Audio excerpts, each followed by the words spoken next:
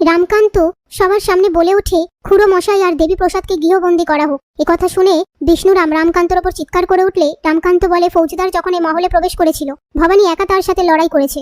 আপনার কাছে সাহায্য চাইতে গেলেও আপনি ঘরে দৌড় দিয়ে বসেছিলেন। তারপর রামকান্ত পাইক ডেকে তাদেরকে বন্দী করে নিয়ে যাওয়ার কথা বলে।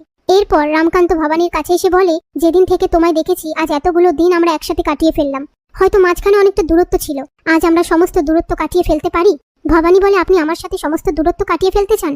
রাম বলে, আমি এই সম্পর্কটাকে পূর্ণতা দিতে চাই, আমাদের মাঝে শূন্যস্থান আর রাখতে চাই না। তারপর রামকান্ত আর ভবানী একে অপরের কাছে এসে সুন্দর মুহূর্ত কাটায়। এরপর রামকান্ত ভবানীকে বলে, আজ থেকে আমরা এক আত্মা দুই প্রাণ হলাম। আজ থেকে আমাদের দুজনের পথ চলা শুরু। আমাদের মাঝে আর কেউ নেই, কারো ছায়া তুমি দেখতে পাবে না। ভবানী বলে, আমার খুব ভয় হয়। সত্যি আপনার মনের মধ্যে কেউ নেই তো? পরে সব সত্যিটা যখন জানবো তখন আমার সব স্বপ্ন কিন্তু ভেঙে চুরমার হয়ে যাবে। রামকান্ত বলে, বুক চিরে দেখাবো? ভবানী বলে, না থাক, আপনার মুখের কথাকেই আমি মনের কথা মনে করলাম।